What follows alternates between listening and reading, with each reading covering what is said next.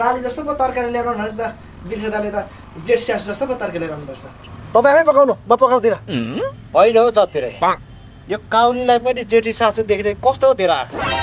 यो काउली तेरो जेठी सासु भए त्यो लौका र आलु चाहिँ के तेरो ससुरा र सालो हो? अनि किन तपाईँले काउली लिएर आउनु? झन् छानेर ताजा लिएर आउनु भने होइन? लु भएको त हौ, एक छाक नमिठो तरकारी खाँदा मरिने होइन, जिब्रोलाई त मिठो चाहिने। जिब्रोबाट मुनि छिरेपछि बन्ने गुनै हो। हामीले यत्रो काम गर्न सक्दा पनि त भक्कर उठेर दाँत मार्दैछस्। धेर ज्ञानको कुरा नछाड। खाना साना एक दिन पकाउने होइन। बिर्खेदाले कानमा र नाकमा के हाल्यो हौ यो मरेको मान्छे जस्तो? खै त झुसले नमाझे कालो जाँदै नजाने, त्यही माथि स्टिल झुसले माझ्दा बजेर कानै खाने। अनि एकचोटि त उछिटिएर फोहोर नाकैमा पस्यो, त्यही भएर हल्का सेफ्टी। यो तेरो जेठी सासूको छाला बाहिर हेर्दा पो चाउरी परेको, भित्र त तरुनी नै छ। बजारमा सस्तो चाहिँ त्यही भएर ल्याएको। अब त यो किन्ने पनि पैसै छैन। अब पैसाको टेन्सन छैन केटा हो। होइन त मोबाइलमा घोप्टिँदा पागलै भइसकेपछि के हो भाइ? कहाँबाट ल्याउँछ चाहिँ त्यत्रो पैसा टेन्सनै हराउने? तपाईँहरूलाई के थाहा दाइ, मैले मोबाइलमा कति पढिरहेको छु भन्ने? जमाना अनुसार चल्नुपर्छ क्या। पहिला जस्तो 50वटा किताब पढेर विद्वान हुने जमाना गयो। अहिले त मोबाइलमा जसले धेर पढ्छ, मोबाइललाई जसले धेर बुझ्छ, त्यसले राज गर्छ। एआई यानि कि आर्टिफिसियल इन्टेलिजेन्सको जमाना हो नि। मैले अब के गरिसकेँ, तपाईँहरूलाई के थाहा? च्याटजिपिटीले त सबै कुरा भन्छ अरे, मैले पनि सुनेको। तर काम त गर्नु पर्यो होला नि। यसले त फुट त पैसा झिकेर दिँदैन होला। Good question gentlemen. त्यही भएर मैले एआईलाई सोधेर अहिलेको नेपाली मार्केट तताइरहेको बिजनेस होम डेलिभरी गर्ने निर्णय गरेको छु। डेलिभरीको कुरा गर्छस् त? अनि प्रेग्नेन्ट चाहिँ कसले बनाउँछ है? हे दाइ, बाइकमा सामान राखेर घरमा पुऱ्याइदिने काम हो कि होम डेलिभरी भनेको। अनि कुन कम्पनीमा रहेछ डेलिभरी बोयको खाँचो? अनि महिनाको सेलरी चाहिँ कति रहेछ? तेरो सानो बुद्धि। अहिलेको जमानामा पनि को मन्थली सेलरीमा काम गर्छ? जति काम गर्यो उति पैसा, सामान पुऱ्यायो पैसा लियो। फ्रिलान्सर डेलिभरी बोय हो नि।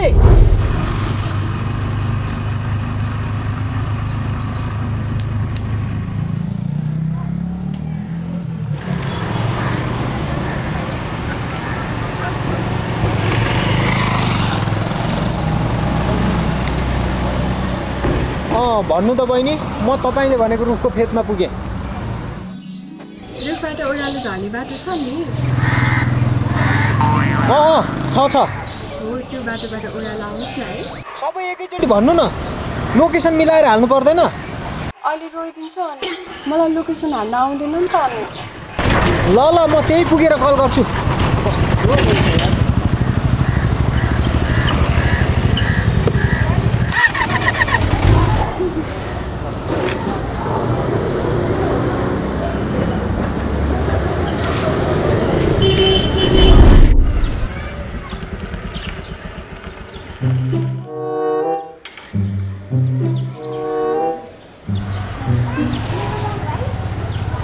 हेलो, ल म चाहिँ तपाईँले भनेको ठाउँमा आइपुगेँ।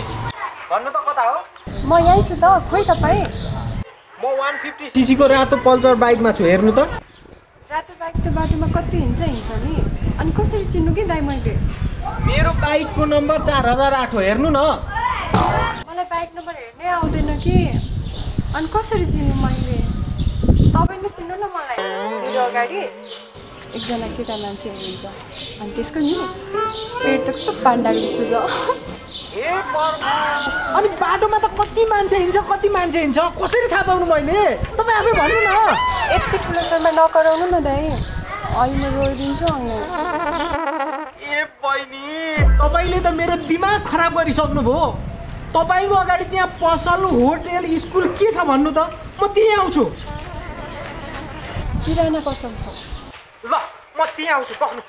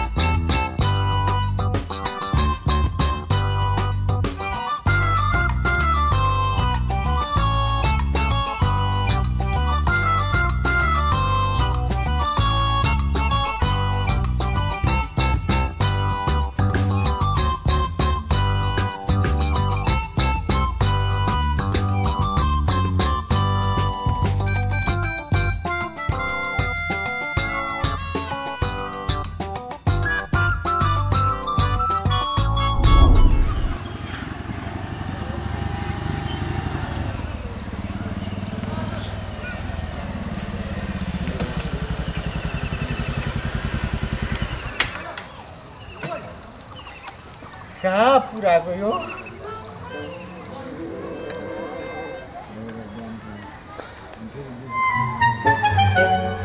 ए बहिनी प्लिज तपाईँ कहाँ हो के भनिदिनु न मेरो बिन्ती छ कस्तो आलु पाडे दाइरहेछ हो म त अघिदेखि यहीँ नै छु बरु तपाईँ चाहिँ कहाँ हो के ए बहिनी तपाईँको अगाडि बोर्डमा के लेखेको छ भन्नु त म राणा स्टोर ललितपुरमै हो कि दाइ बरु तपाईँ चाहिँ कहाँ हो छिटो आउनु न के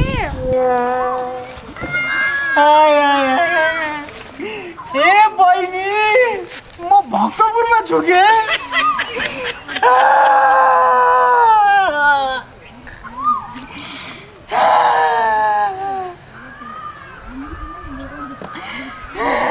यसरी गर्नु पाइन्छ बिहानदेखि घुमै छु नि त म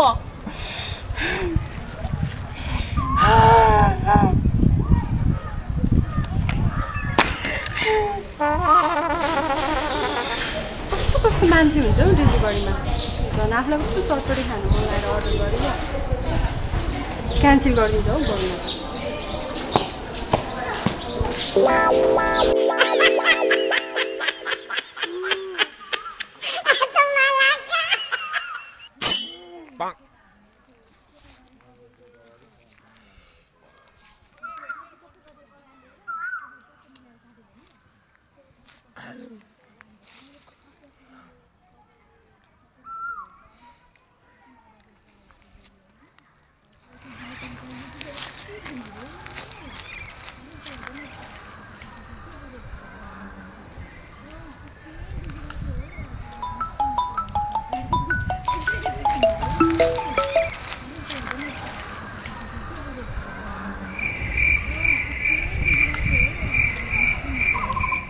लोकेसनमै हुनुहुन्छ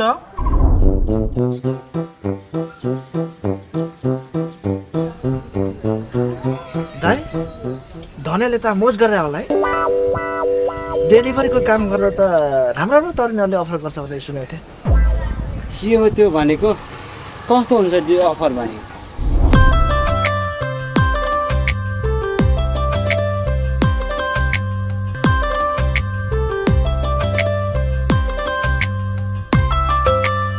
राम कति राम्रो तर नि हौ डिस्काउन्ट हौ अर्काका छोरी चाहिँ के डिस्काउन्ट हो आधो दाइ डिस्काउन्ट हौ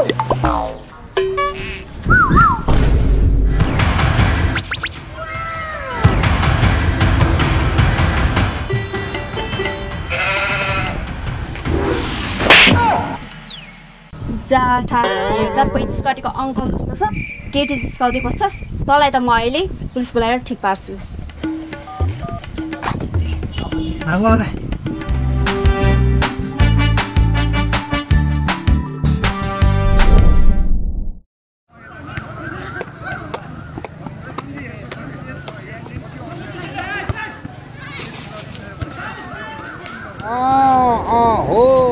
हो बाबु मैले देखेँ यता आऊ यता सिधै हो बाबु ए तपाईँ हो बाजे बाबु ल आइपुग्यो ल अनि के एउटा चुरोट मात्र मगाइराख्नु भएको त लिनु ल बस न बाबु बस अनि बाजे यो रात पर्नु लागेको बेला कहाँ यो चौरमा आएर बसिराख्नु भयो घरमा खोज्दैन अब घरमा कोही भए पो खोज्नु नि बाबु छोराहरू सबै बेलायतका लाहुरे भइहाले सबै सन्तानहरू लिएर उतै बसेका छन् आफू चाहिँ यहाँ देशको मायाले गर्दा कहीँ पनि जान सकिएन त्यही भएर कहिलेकाहीँ यसो आएर गेमहरू हेर्ने गर्छु अनि त्यसपछि के भयो त अनि के हुनु नि छोरा बुहारी जति सबै बेलायततिर रहेछ युकेतिर अनि बुढा चाहिँ यहाँ घरमा एक्लै बस्दो रहेछ बोल्ने साथी पनि रहेनछ अनि न्यास्रो लाग्दो रहेछ मसँग 2 घन्टा कुरा गर्यो अनि अन्तिममा आइलाने बेलामा चाहिँ 2000 पैसा झिकेर ल बाबु के खानु मन लाग्छ खाऊ भनेर दियो त्यही पैसाले लिएर आएको यो खानु मन लागेको त हो तर आज एउटा नखर मौली केटीले चाहिँ मलाई यति दुःख दियो कि यति दुःख दियो त्यो केटी ललितपुर रहेछ, म त्यसलाई खोज्दै खोज्दै भक्तपुर पुगेँ। न राम्रोसँग लोकेसन हान्नु जाने छ। ए बहिनी कहाँ हो भन्छु, मेरो अगाडि एउटा केटा मान्छे हिँडिरहेछ, त्यसको अगाडि आउनु भन्छ। अब केटा मान्छे हेरेर थाहा पाइन्छ बाटो। यस्तै रहेछ सहर बजारमा पनि। पैसा छ, आफन्त छैन, परिवार छैन। हुन त हाम्रो बाबाआमाले त्यस्तै भइरहेछ है कान्छुलाई। अब त्यही त हाम्रो पनि हालत अब यस्तै छ। गाउँमा हाम्रो आमा बाउको हालत पनि त्यस्तै, एक्लै छन्। विदेश गएर पैसा कमाएर परिवारलाई सुखी राखौँ भनेको मेन पावरले 3,25,000 पैसा खप्लाक्कै खाएर ढुक्क बसेका छन्।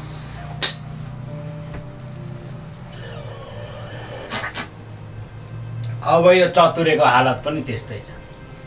जापानिज भाषा पढ्छु र विदेश जान्छु भनिरहेछ। अब उड्ने कहिले हो, पास गर्ने कहिले हो। मादरहरूको देशमा गएर कुली काम गर्नु पनि के पाउनुपर्ने। म त पढ्दा पढ्दा पागलै भइसकेँ। कुल चतुरे दाई, जति ल्याङ भए पनि दिमाग ह्याप्स नै भए पनि जाने त हो नि त। जाने त हो कता? जापान। त्यही भएर रिल्याक्स। बरु यो माहौलमा अलिकति मुटु पनि चिसो भयो। तपाईँको त्यो उडेर जुनवाला एउटा मिठो जाओस् त त्यो गीत तपाईँ गाउनुहुन्थ्यो नि। उडेर जुन छुन्छु भन्थे तर आज पिञ्जडाको चरिवा छ जीवन, चरिवा छ जीवन।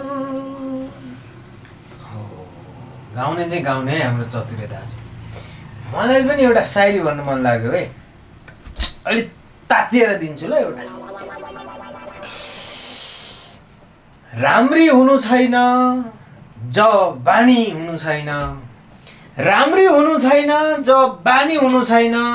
बिर्खे दाई भन्दै थिए उनी, लाउँदिन प्रेम फेरि बदनामी हुनु छैन। भन्दै थिए उनी, लाउँदिन प्रेम फेरि बदनामी हुनु छैन। चतुरे दाजु अर्को एउटा सुन्नु ल।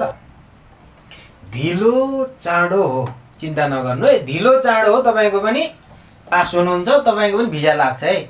ढिलो चाँडो हो हजुर, दुखीको पश्चिम फर्केको झुपडीमा पनि घाम आउँछ। ढिलो चाँडो हो हजुर, दुखीको पश्चिम फर्केको झुपडीमा पनि घाम आउँछ। मेरो आँसुले हैन बिर्खे दाजु, मेरो आँसुले दया नपाउला फरक कुरा हो। तिम्रो आँसुले पक्कै बजार पाउँछ। तिम्रो आँसुले पक्कै बजार पाउँछ। म त कमलो मनको मान्छे दाजुहरू, म अलिक भक्कानिन्छु है एकछिन। मेरो त कहाँबाट दुःखहरू कोटिन्छ के। मलाई त एकदम रुनु मन लागेको आज। म रुन्छु, मलाई रुनुदेखि कसैले छेड्नु सक्दैन क्या आज। म त त्यो लेभलमा रुने हो नि त। मेरो त रुवाएको लेभल पनि बग्छ के दाजु, बिर्खे दाजु, चतुरे दाजु। एकछिन है।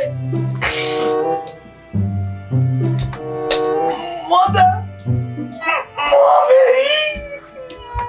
यति कमलो मनको मान्छे दाजु, म भगानी आएँ। यसरी चाहिँ नि मलाई चाहिँ गर्नु मिल्छ। फेरि यो धनेको सुरु भयो है। यो धने माटेपछि जहिले ल्याङ गर्छ ए चतुरे। तर म चाहिँ सुत्नु जाउँ, आजैले सुत्नु सुत्दैन। हुन्छ दाजु, तपाईँले भनेपछि म त फेरि यस्तो भयङ्कर रुन्छु नि त।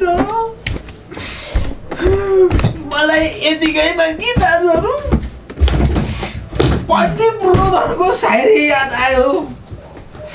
रुन्छु अझै आँसु खेर जाओस्, रुन्छु अझै आँसु खेर जाओस्।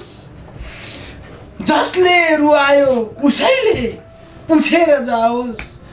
मैले ऊ जान पाउँदैन भनेर कहाँ भनेर, जो जाँदैछ एफेर जान्छु भनेर जाओस्। मदनी यस्तो मन दुखेको छ।